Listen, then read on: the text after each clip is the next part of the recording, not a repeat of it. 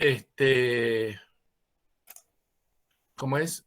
Estoy queriendo continuar el tema de la semana pasada y vamos a hacer una especie de repaso rápido, hacernos algunas preguntas y ir adelante. Pero como preámbulo yo tenía pensado leer, y lo voy a hacer, Isaías capítulo 5. Venía pensando en la reunión hoy, después de tenerla recontra armada, siempre el Señor hace eso, en el último momento me da algunas cosas más y termina, ¿cómo es? Conmocionando mi cabeza, pero pensaba en estos primeros dos versículos del capítulo 5 de Isaías. Dice, ahora cantaré por mi amado el cantar de mi amado a su viña. Tenía mi amado una viña en una ladera fértil, la había cercado y despedregado y plantado de vides escogidas. Había edificado en medio de ella una torre y hecho también en ella un lagar, y esperaba que diese uvas, y dio uvas silvestres. Ahora pues, vecinos de Jerusalén y varones de Judá, juzgad ahora entre mí y mi viña. Fíjense cómo el profeta cambia y empieza a hablar en primera persona como si fuese realmente Dios el que hablara. ¿Qué más se podía hacer a mi viña que yo no haya hecho por ella? ¿Cómo esperando yo que diese uvas ha dado uvas silvestres? Os mostraré ahora lo que haré yo a mi viña.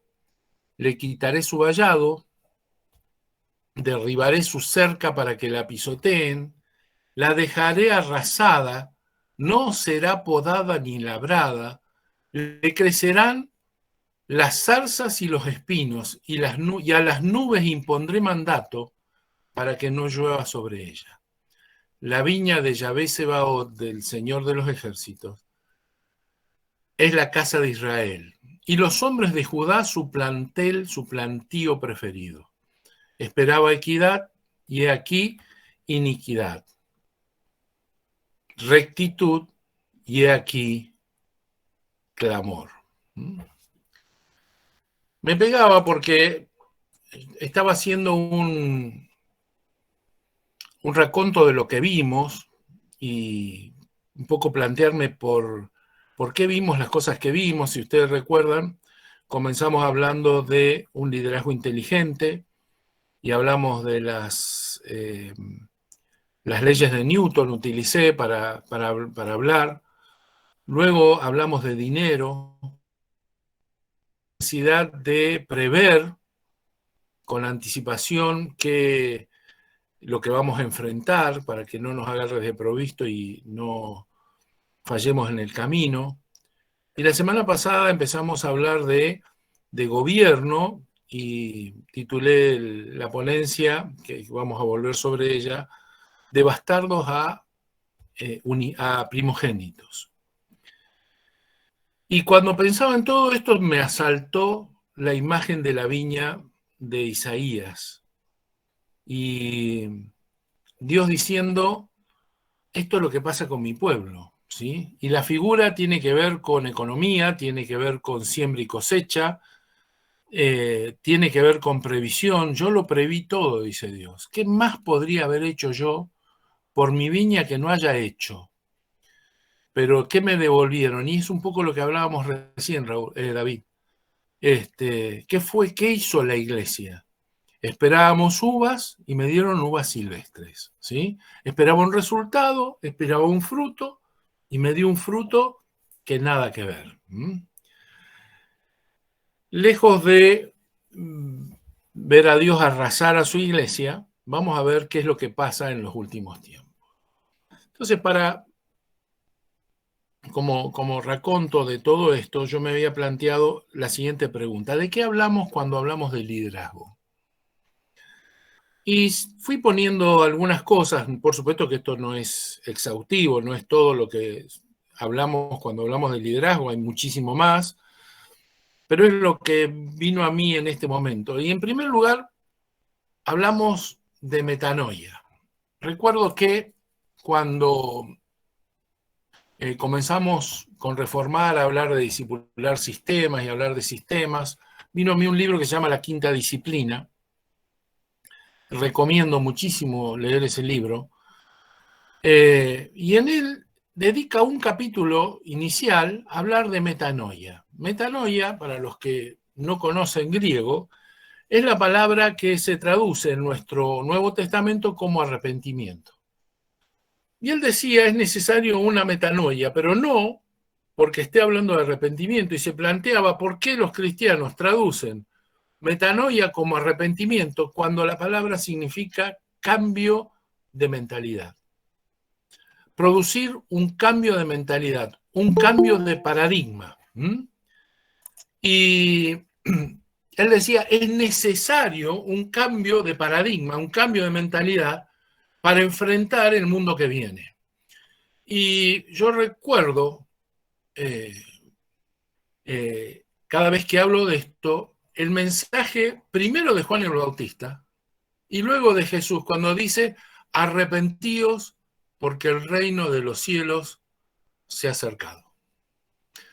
¿Qué querría decir? Que teníamos que llorar, gemir por nuestros pecados y todo esto que entendemos por arrepentimiento y compungirnos, o estaría diciendo exactamente eso, cambien de mentalidad, porque el reino de los cielos se acercó y es necesario que lo puedan, con una mente abierta y con una nueva capacidad de pensamiento, con nuevos paradigmas, poder entender algo que no es trivial, ¿sí? Yo suelo decir, en el reino de los cielos no todo cae para abajo.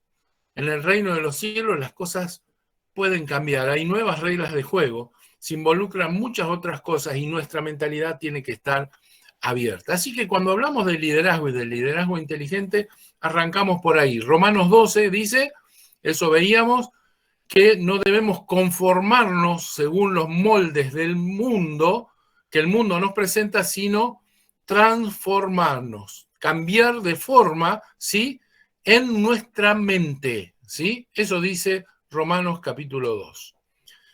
Cuando hablamos de liderazgo también hablamos, y ahí me meto en el liderazgo más tradicional, la capacidad de guiar a otros. Y decíamos, esto recuerdan ustedes el test del liderazgo de Maxwell, mira para atrás y ve cuántos te siguen, y la idea no es simplemente esa, ¿sí? La idea de guiar es guiar y guiar también a generaciones. Jesús le dice a los fariseos, son ciegos, guías de ciegos, y eso es lo que debemos evitar, ¿sí?, para ser verdaderos discípulos. Hoy, nuestro liderazgo está basado en el discipulado, y el discipulado es una cosa muy sencilla.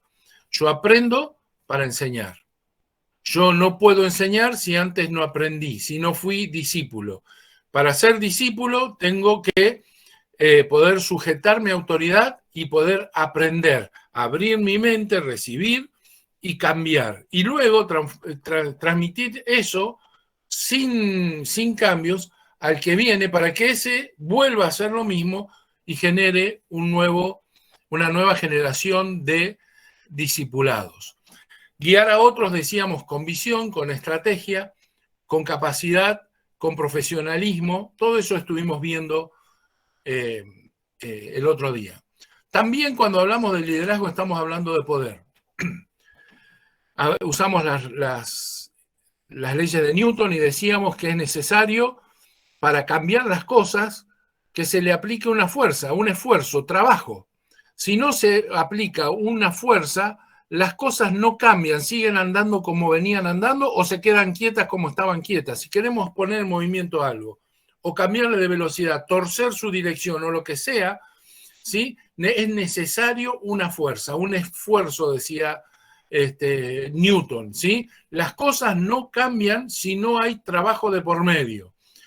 Necesitamos poder, llámenle energía, como usted quiera llamarlo, ¿sí? En física sería energía o potencia para poder cambiar las cosas, y Jesús dice para perseverar, para resistir, para vencer. Ahora vamos a ir a esos versículos, ¿sí? Cuando hablamos de liderazgo, hablamos de poder, pero también hablamos de autoridad. La Gran Comisión habla de eso. Ser verdaderos discípulos nos mete en la Gran Comisión. La Gran Comisión dice, yo recibí toda autoridad de parte del Padre. ¿Sí? He aquí, toda autoridad me ha sido dada, ¿dónde? En todos los ámbitos, en el cielo y en la tierra. Por tanto, como tengo esta autoridad y la he demostrado, ¿de qué manera? Muriendo en la cruz y resucitando de entre los muertos, ¿sí? Venciendo la muerte. Ahora yo no les propongo nada, les ordeno, ¿sí? Que vayan. Vayan y que discipulen naciones. Decíamos recién, liderazgo hoy es discipulado. Dice, discipulen las naciones. Y la palabra nación ahí es etnia. Guarden esta palabra porque la vamos a ver en un montón de lugares. ¿Sí? La etnia es más que una nación organizada como la que nosotros vemos. Es un conjunto de personas socialmente acomodadas. ¿Sí? Puede haber muchas etnias en una misma nación política, ¿sí? Que conocemos como nación política. Discipulad las naciones, bautizándolos en el nombre del Padre, del Hijo y del Espíritu Santo. Vamos a volver alguna vez a esto, pero déjenmelo resumirse de esta manera, ingresándolos en la iglesia. Y enseñándoles, guárdenlo también, enseñándoles que guarden todas las cosas que os he enseñado. Es así de sencillo, ¿sí? Enseñándoles que guarden todas las cosas que os he enseñado. Si somos discípulos, debimos haber aprendido a guardar las cosas que Jesús enseñó. ¿Para qué? Para luego enseñárselas a otros que las guarden como nosotros primero debemos haberlas guardado. Y finalmente, sobre esto no hablamos, pero vamos a hablar, no hoy, vamos a hablar en algún momento de sacerdocio. Y decíamos antes que debemos prestar atención al tiempo que vivimos y también yo diría que debemos prestar atención a las banderas que el diablo nos ha robado. Algunos conceptos, algunas enseñanzas las corrompemos nosotros solitos, pero otras están muy interesado el diablo de que nosotros dejemos de usarlas, ¿sí? Y nosotros hemos dejado de usar la palabra sacerdote o sacerdocio porque se manipuló mal, porque se trabajó mal, y recién ahora volvemos a hablar del sacerdocio del cristiano como si fuese simplemente ponerse a orar, y no digo que no tiene nada que ver, pero eso es una nada frente al concepto de sacerdocio que vamos a tener que en algún momento más adelante desarrollar. De esto estamos hablando cuando hablamos de liderazgo. Para eso, la semana pasada nos metimos en Hebreos 12. Hebreos 12 arranca mostrándonos la carrera que tenemos por delante y el ejemplo de Jesús, ¿sí? Y luego empieza a hablar de la disciplina de Dios, disciplina que le otorga solamente a sus hijos, ¿sí? Dice, antes éramos bastardos. Esto es, hijos sin padre, sin disciplina, sin límite, sin amor y fuera de la ley. La idea de bastardo es un hijo ilegítimo, ¿sí? Esta idea de que todos somos hijos de Dios no es bíblica. Son hijos de Dios los que recibieron a Cristo, ¿sí? Y son adoptados como tal. Ahora, aquí el autor a la carta a los hebreos, o Dios en la pluma de este hombre, levanta la vara y levanta las condiciones. Porque no es simplemente recibir, sino que dice, nos tratas como hijos si somos capaces de soportar la disciplina. A los que no tratas como hijos no los disciplina, pero a los hijos sí los disciplina. Y disciplinar implica enseñar, instruir, educar, corregir, pero también implica poner límites y castigar si es necesario, ¿sí? Y en ese castigar entra el cómo yo vaya corrigiendo mis pasos o insistiendo en persistir en mi camino torcido, y vendrá el coscorrón o lo que sea que Dios nos vaya a dar. Si esto ocurre, Dios va a hacer una diferencia entre los simples perfeccionados, aquellos a los que perfecciona su espíritu y lo llama los justos, ¿sí? Dice, no os habéis acercado al monte que humeaba, sino dice a la congregación de los primogénitos inscritos en los cielos. La pregunta, ¿todos son primogénitos inscritos en los cielos? La respuesta es que no. Los salvos son los que tienen perfeccionado su espíritu para poder ir a la presencia de Dios. Pero hay unos escogidos, y empiezan a meterse en la idea del escogido, que son los primogénitos. Y los primogénitos son aquellos que Dios apartó, ¿sí? Son los que vencieron, son los que pasaron por esto de lo que estamos hablando, ¿sí? Y que van a recibir primogenitura, que significa que son los que van a recibir la posición de gobierno sobre la casa de Dios. ¿Está? La primogenitura es una bendición heredada, pero que no heredan todos. Decíamos, la primogenitura la hereda en hijos naturales, primero el hijo varón, el primer hijo varón. Pero si hay hijos adoptados, por ser elegidos, escogidos en forma especial, se puede entregar, no se entrega siempre, se puede entregar primogenitura a los hijos adoptivos. Y esto es lo que pasa con el unigénito de Dios, primogénito, pero pasa con nosotros, que somos adoptados y también recibimos primogenitura para poder estar al frente de la casa de Dios, de un Dios que no va a morir. La idea de que la primogenitura se ejerce cuando se muere el padre de la casa es un error gigantesco, porque cuando se muere el padre de la familia, cada uno arranca con su propia casa. El problema de gobernar y administrar la casa del padre es mientras el padre vive y ya no tiene más ganas, más fuerza o salud o lo que sea para hacerse cargo de ello. Decíamos el otro día, cuando se jubila. Dios está lejos de jubilarse, pero sí dice que entró en su reposo y que ese reposo somos nosotros. Por eso la primogenitura, para que nosotros gobernemos y hagamos la obra de Dios en este tiempo. Me decía mi hijo, hizo falta la semana pasada que hiciera más hincapié en esto. ¿Por qué la primogenitura? La primogenitura es porque Dios nos está delegando a nosotros el hacer. Y cuando el mundo dice que Dios no existe, es culpa nuestra, no culpa de Dios. Cuando el mundo dice que Dios está ausente, que Dios no está obrando, no está metiendo su mano, no es culpa de Dios, es culpa de la iglesia que no está haciendo lo que Dios le dejó por hacer. ¿Está? Es esto que hablábamos antes con David, una iglesia ausente, una iglesia que parece ser espectadora de los hechos que están ocurriendo, cuando debiera ser actor principal de este tiempo, modificadora de este tiempo, constructora de este tiempo, ¿sí? A través de la obra que Dios le dejó para hacer.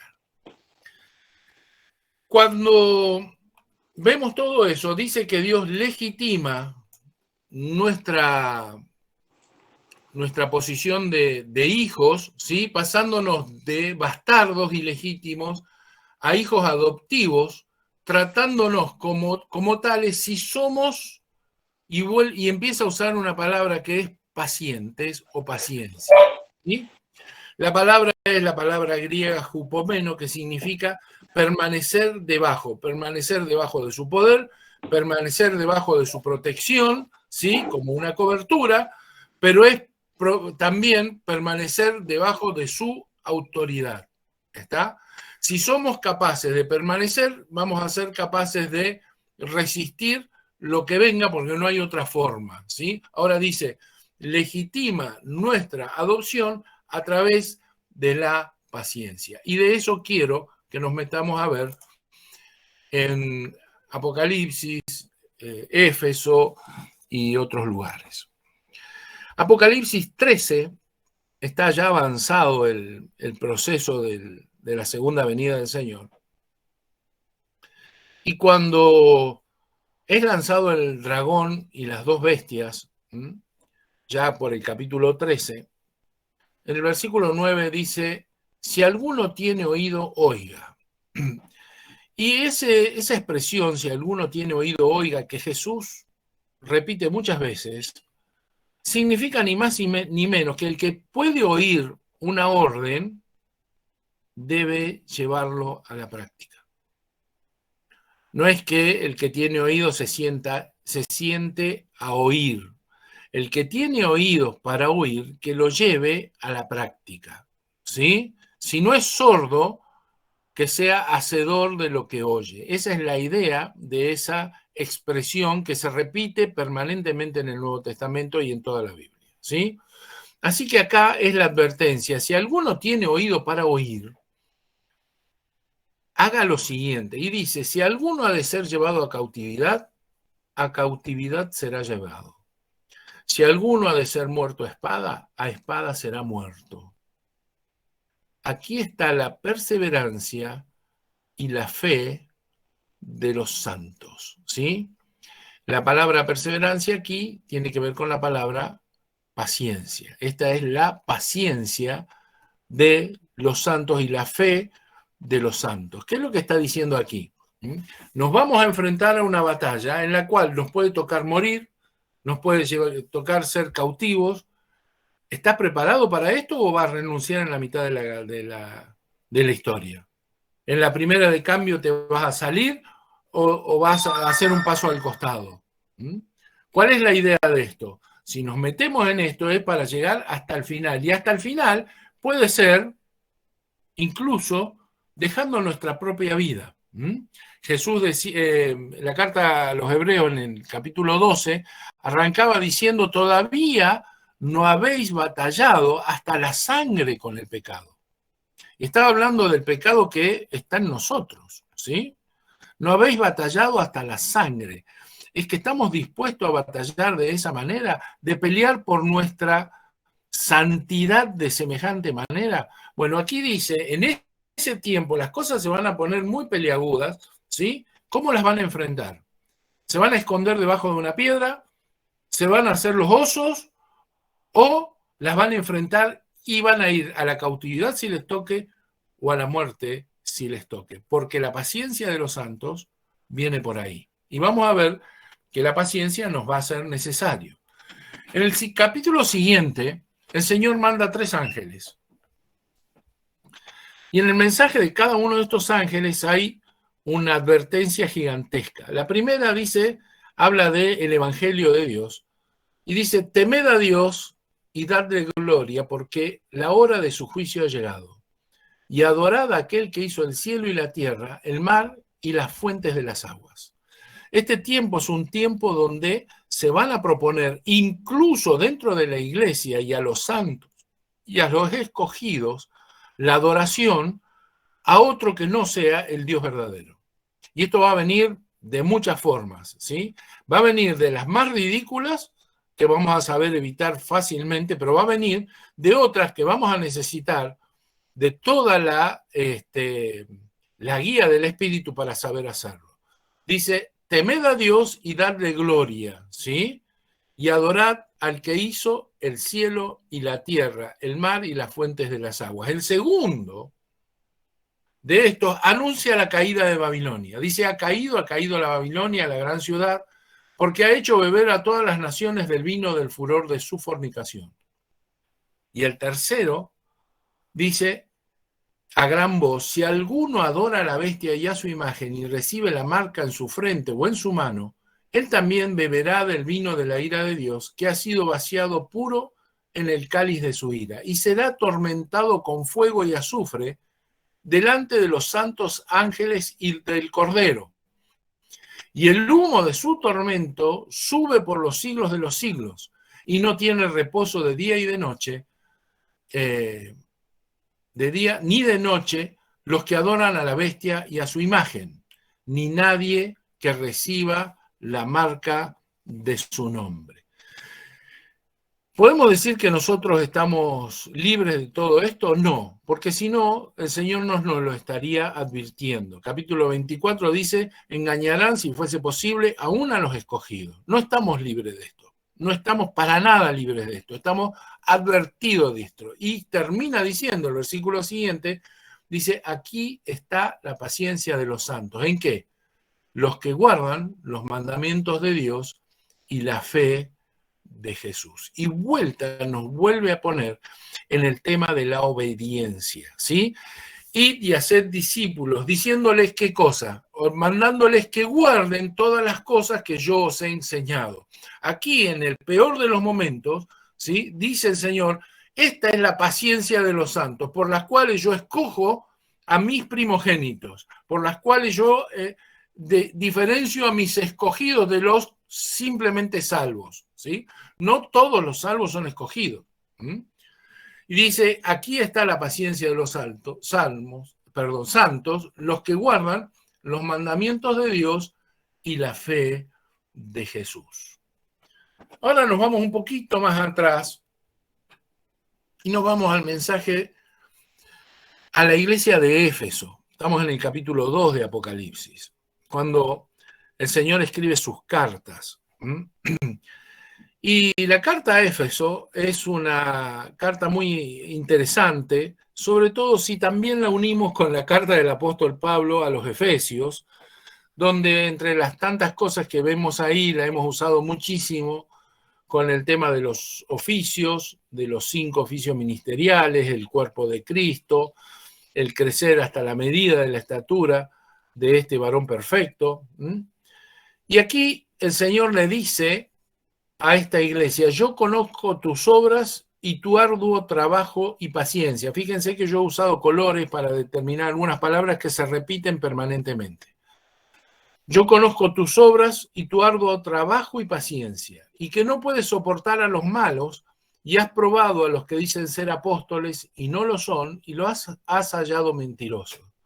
Y has sufrido, y has tenido paciencia, y has trabajado arduamente por amor de mi nombre, y no has desmayado. Trabajo, paciencia y el soportar, ¿sí? El aguantar. Trabajo, paciencia y el aguantar. De esto estuvimos hablando, dijimos, no se cambian las cosas si no se trabaja, si no se le mete un esfuerzo. Paciencia, estar bajo autoridad, bajo la cobertura de Dios, en el lugar correcto, soportando absolutamente todas las cosas y trayendo los frutos que Dios espera, y no como la viña que dio uva silvestre. Y el soportar a los malos, que tiene que ver con la tolerancia, ¿sí? Ahora, sufrimiento, tolerancia y paciencia. 3 cosas que tenía como característica la iglesia de Éfeso y que hemos hablado como característica de aquellos que quieren vencer. Y ahí dice, has probado a los que dicen ser apóstoles. Y creo que gran parte de la iglesia, y me incluyo en ellos, cuando dice esto nos sentimos caracterizados, representados, ¿sí? Porque este tiempo ha sido el tiempo de la apostolitis, esto es de la inflamación de una doctrina que se llama la doctrina de los apóstoles, donde vemos que han surgido apóstoles por todos lados y que lo único que han hecho es sacar agua para su molino, pero no han hecho la obra que tenían que hacer. Y dice el Señor, reconozco esto, pero tengo contra ti algo. Y cuando Dios dice pero, es para que nos pongamos atentos. Tengo contra ti que has dejado tu primer amor. Y no sé si me caracteriza, pero creo que hay una parte de la iglesia que ha sabido ver las cosas que no están bien, que y que por no mezclarse con esas cosas, también se han enfriado. Corremos el riesgo de que, porque hay tanta, déjenmelo decir de esta forma, mentira, corrupción dentro del liderazgo cristiano, y estoy hablando a líderes, pero sabemos, hay corrupción, hay mentira, hay hipocresía, ¿sí? Hay predicaciones por conveniencia, eso lo hemos visto, y por no mezclarnos con esto y porque no se nos confunda, nos hemos apartado y en ese apartarnos nos hemos enfriado.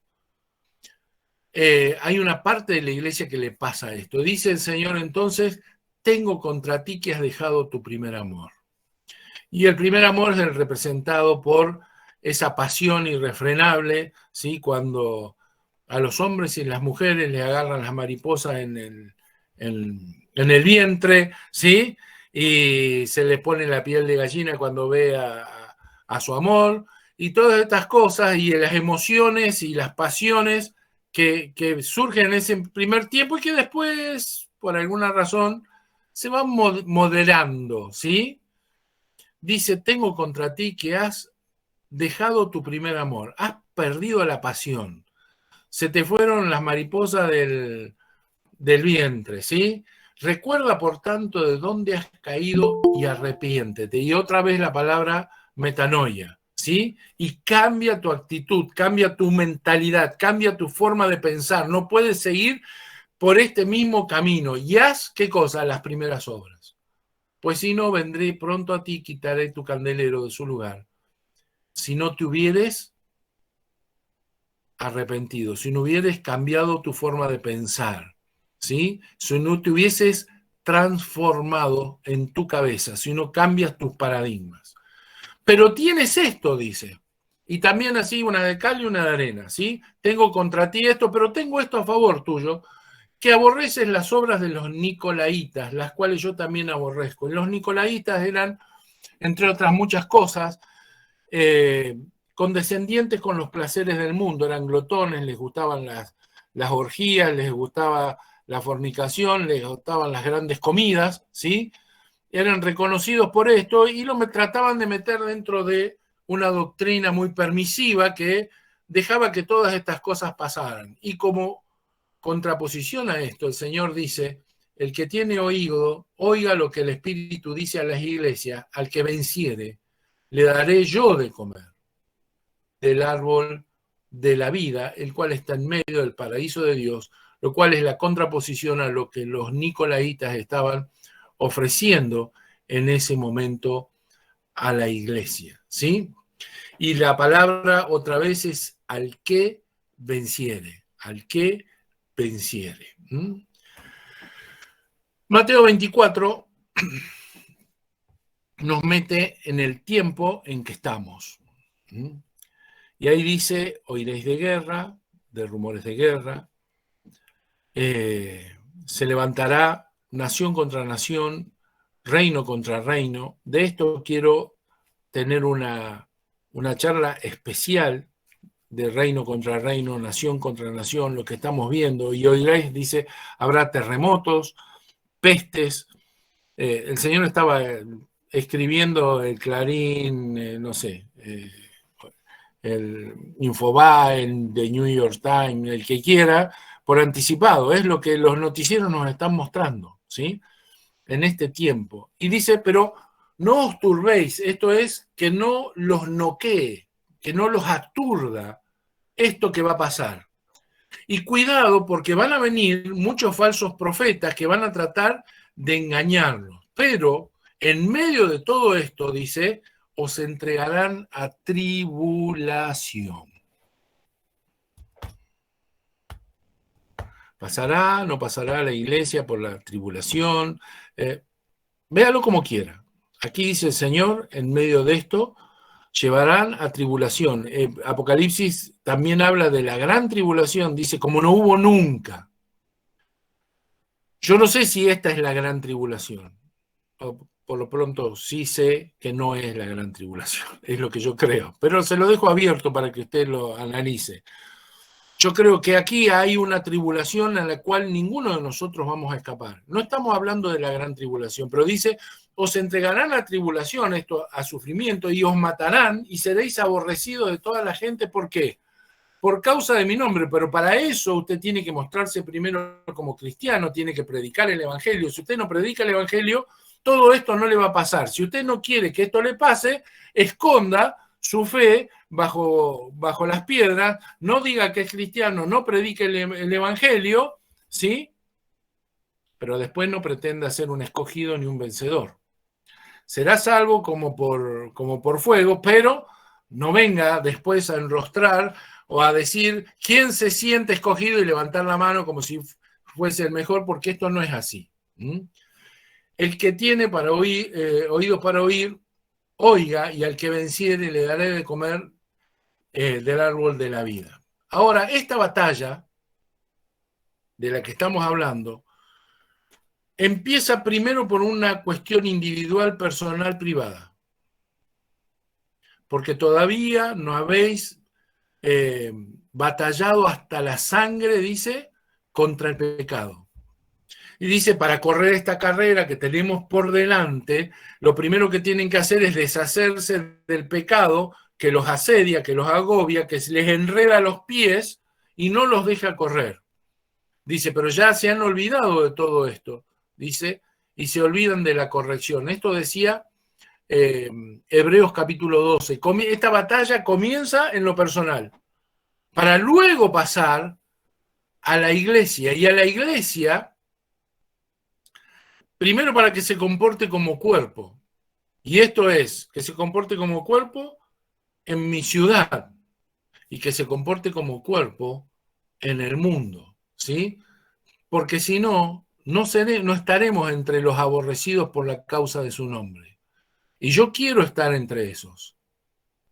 Porque si no, sería que soy un cobarde que se escondió, no estaría entre los escogidos por parte de Dios. Si usted quiere ser un escogido, no puede escapar a esto.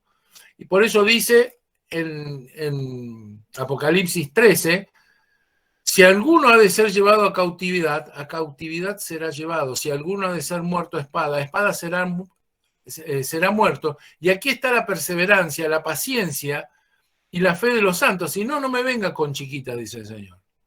¿Sí? Si usted dice ser esto, es lo que tiene que pasar. Decíamos aquí primero, nos legitima, nos escoge cuando. Nos escoge cuando pasen todas estas cosas. Si usted me ha escuchado otras veces, habrá escuchado cuando hablamos de Mateo 24, a causa de los escogidos. Los escogidos son aquellos que en este tiempo Dios va a usar para cambiar el mundo, para acelerar los tiempos. Dice, si estos tiempos no fuesen acortados, nadie sería salvo. Sin embargo, por causa de los escogidos, estos tiempos han sido acortados. ¿Qué es lo que estos escogidos han hecho? Han predicado el evangelio del reino hasta lo último de la tierra, porque es el momento del fin, ¿sí? Y, como decía el ángel ¿sí? El evangelio dice tan sencillamente como que en este tiempo, en otro tiempo era arrepentidos, en otro tiempo habrá sido cualquier otra cosa, pero en este tiempo es adora al Creador del cielo y de la tierra, porque la propuesta del mundo es que adoremos a cualquier otra cosa que se le presente. ¿Se entiende? ¿Por qué entonces no basta con ser hijos? No basta con ser adoptados. Yo estoy entre los adoptados. Usted está entre los adoptados porque Cristo pagó en la cruz del Calvario por su redención. Pero quiero estar entre los primogénitos. Quiero recibir primogenitura, pero para eso Dios debe escogerme. Muchos son los llamados, pero pocos los escogidos, ¿sí? Quiero que Él me escoja para ponerme al frente de su casa, para ponerme a correinar con Cristo. Fíjense que dice, si herederos reinaremos con Él si somos capaces de ¿qué? De sufrir con Él, si somos capaces de perseverar de la misma manera que Él persevera. No hay otra solución, no hay otra forma. No creas que todos van a llegar a correinar con el Señor y a gobernar con el Señor solamente unos pocos. Y podríamos entonces volver, si recuerdan los que estuvieron en octubre, a Apocalipsis para ver que hay dos momentos especiales del arrebatamiento. Uno, cuando el Señor se lleva a sus escogidos, ¿sí? Para volver con ellos y librar la gran batalla en el cielo y luego volver y luego llevarse a todos, ¿sí? Pero hay algunos que Dios se lleva primero porque son los que se formaron para ese tiempo. Y yo quiero estar entre ellos, vivo o muerto, ¿sí? Quiero estar entre aquellos que el Señor haya escogido. Pastor. ¿Preguntas? Sí. Alejandra le habla. ¿Cómo le va? Alejandra, Buenas ¿cómo noches. estás? Bien. Usted está hablando de al que venciere, el que es capaz de sufrir con Cristo. A mí me gustaría que ampliara ese concepto, porque lo que yo entiendo, por ejemplo, es el diario vivir de cada uno. ¿Sí? O sea, que las circunstancias del momento no me sacan ni me sacarán, en el nombre de Cristo, de la posición que Cristo me da, que es en Él, ¿no es cierto? Entonces, sí, según como yo viva mi diario vivir y como yo enfrente las circunstancias, es a lo que usted se está refiriendo, ¿no? Exactamente. Primero el pecado. La primera batalla, decíamos, es privada, es el pecado. Que Hebreos hace muchísimo hincapié. Esto es, dice Dios, nos disciplina, ¿por qué? Porque quiere hacernos partícipes de su santidad. Porque sin santidad nadie verá a Dios. Todo eso está en ese capítulo, ¿sí? La santidad y la batalla contra el pecado es primero, pero luego es la batalla de no cumplir el propósito frente al peligro que implica cumplir el propósito. El peligro puede pasar desde la vergüenza, ¿sí? El bullying, como le dicen ahora, por ser cristiano, a el poner en riesgo algunas cuestiones como pueden ser laborales o incluso en algunos lugares del mundo a riesgo de nuestra vida por dar testimonio del Señor, ¿sí? Y hay personas que pasan por esta vida, reciben al Señor y nadie nunca jamás se enteró que fueron cristianos. Eso no tiene que pasar con nosotros, porque para eso nos empoderó el Señor y nos envió. Ir y hacer discípulos. Para eso tengo que primero ser discípulo para luego discipular. Pero esto es una acción, tiene que ver con un trabajo, tiene que ver con un movimiento de parte mía si quiero cambiar las cosas, ¿sí? Todo eso, decíamos la primera vez, que cuando yo aplico una fuerza, ¿sí? O aplico un esfuerzo, el sistema al que estoy queriendo cambiar, eso a lo que estoy queriendo cambiar nos devuelve ¿qué? Nos devuelve lo mismo, el mismo esfuerzo, el mismo golpe. El golpe que yo doy es el golpe que recibo. Y tengo que estar preparado para que ese golpe no me voltee, porque si no en el primer golpe quedo knockout, ¿sí? Necesito entonces empoderarme para esto y perseverar y trabajar y esforzarme y crecer y fortalecerme para que esto sea posible, en el diario vivir y a donde Dios me lleve a servir. Gracias, pastor. Bendición.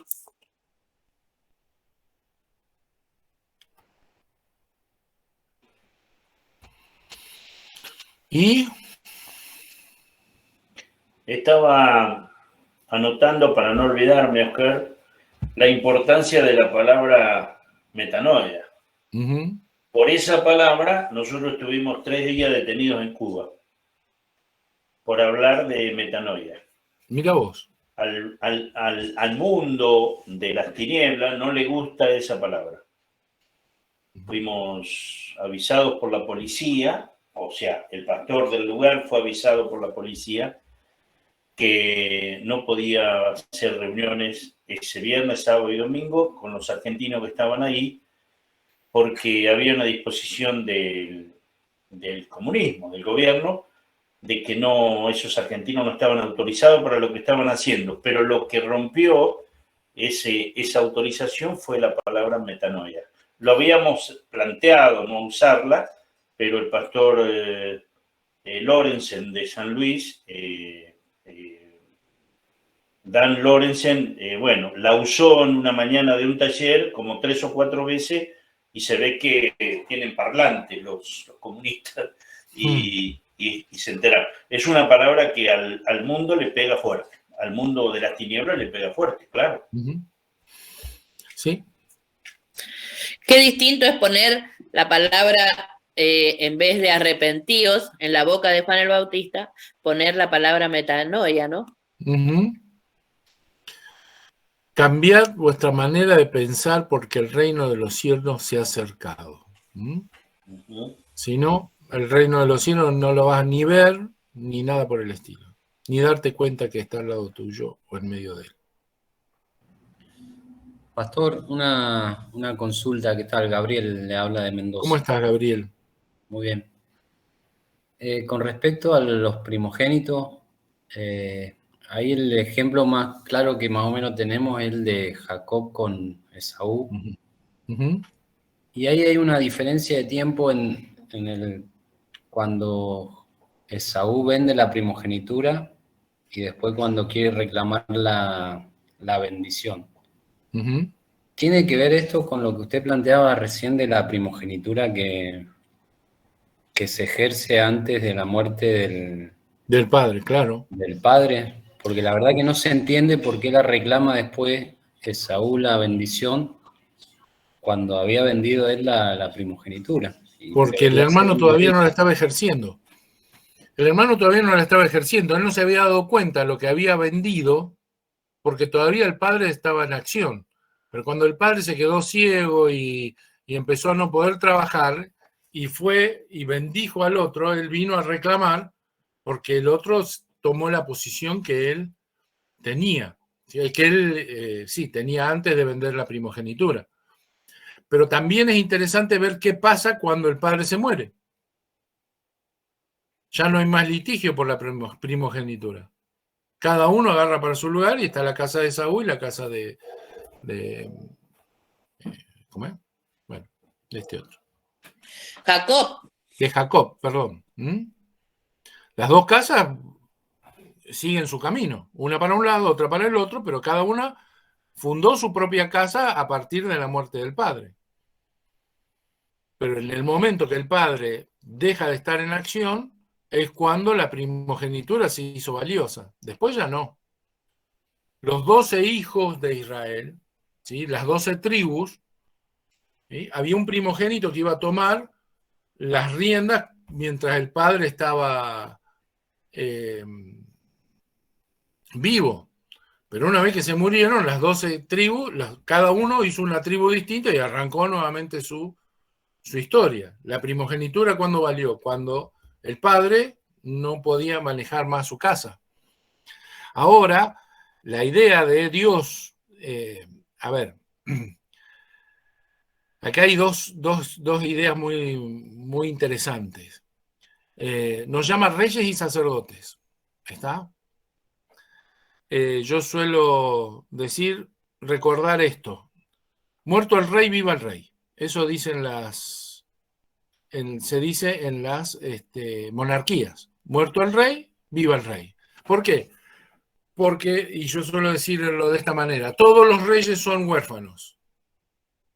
Porque no puede ser rey una persona antes de que el antiguo rey se muera. El príncipe es príncipe hasta que el rey se muere y empieza a tomar acción. Acá pasa lo mismo, nos llama reyes y sacerdotes. ¿Está? ¿Cuándo vamos a reinar? ¿Se va a morir el rey? Este rey no piensa morirse. Y nos llama primogénitos. ¿Está? Porque va a ser el gobierno de los hermanos. El gobierno sobre la casa de quién? Del padre. Es que se piensa morir, no justamente porque no se piensa morir. No se piensa morir y piensa dejarnos la casa en manos de él. Porque él dice entrar en su reposo. Y este es el otro concepto, eso les recomiendo leer con esta idea la carta a los hebreos, porque cambia radicalmente. ¿Está? Cambia radicalmente el hecho de que nosotros seamos el reposo de Dios. Tenemos que entender, cuando él dice, no entrarán en mi reposo, ¿sí? Está hablando de los escogidos que se convierten en el reposo de Dios, aquellos en los que recarga la tarea y el gobierno de su casa. Esto va de la mano de la Nueva Jerusalén, ¿sí?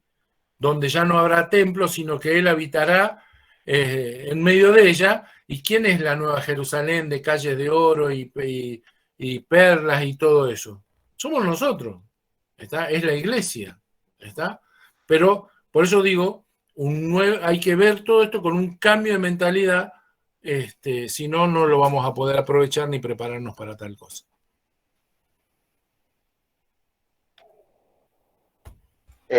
Relacionar el conflicto de Ucrania y Rusia con Gog y Magog. ¿Cuál es su opinión?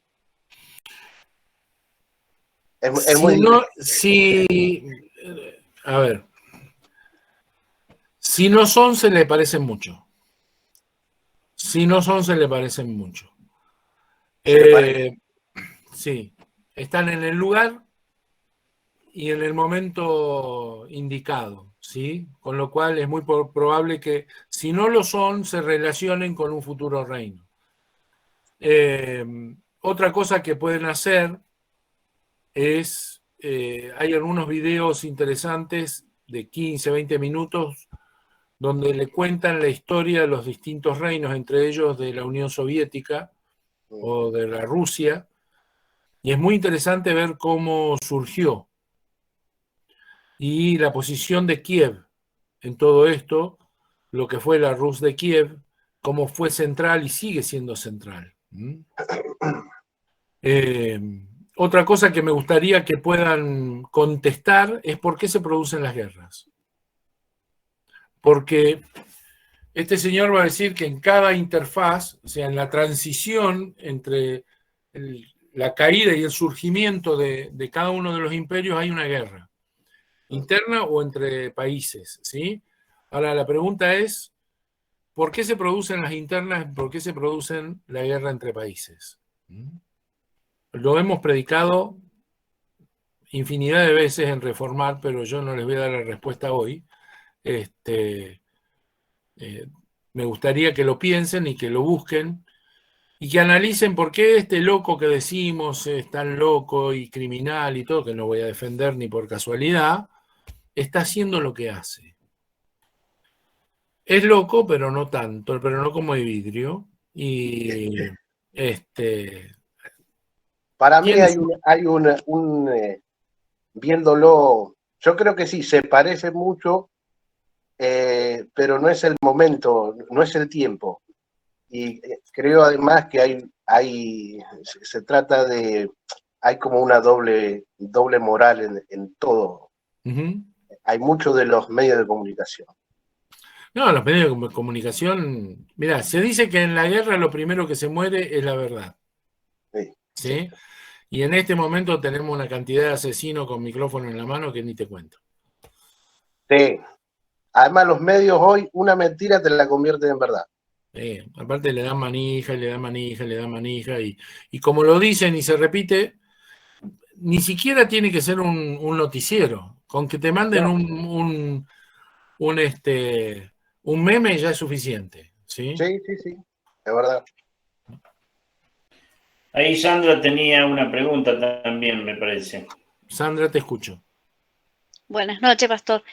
Una duda que yo tenía personal, que usted dijo que seríamos adoptados y no tenemos que llegar para ser primogénito.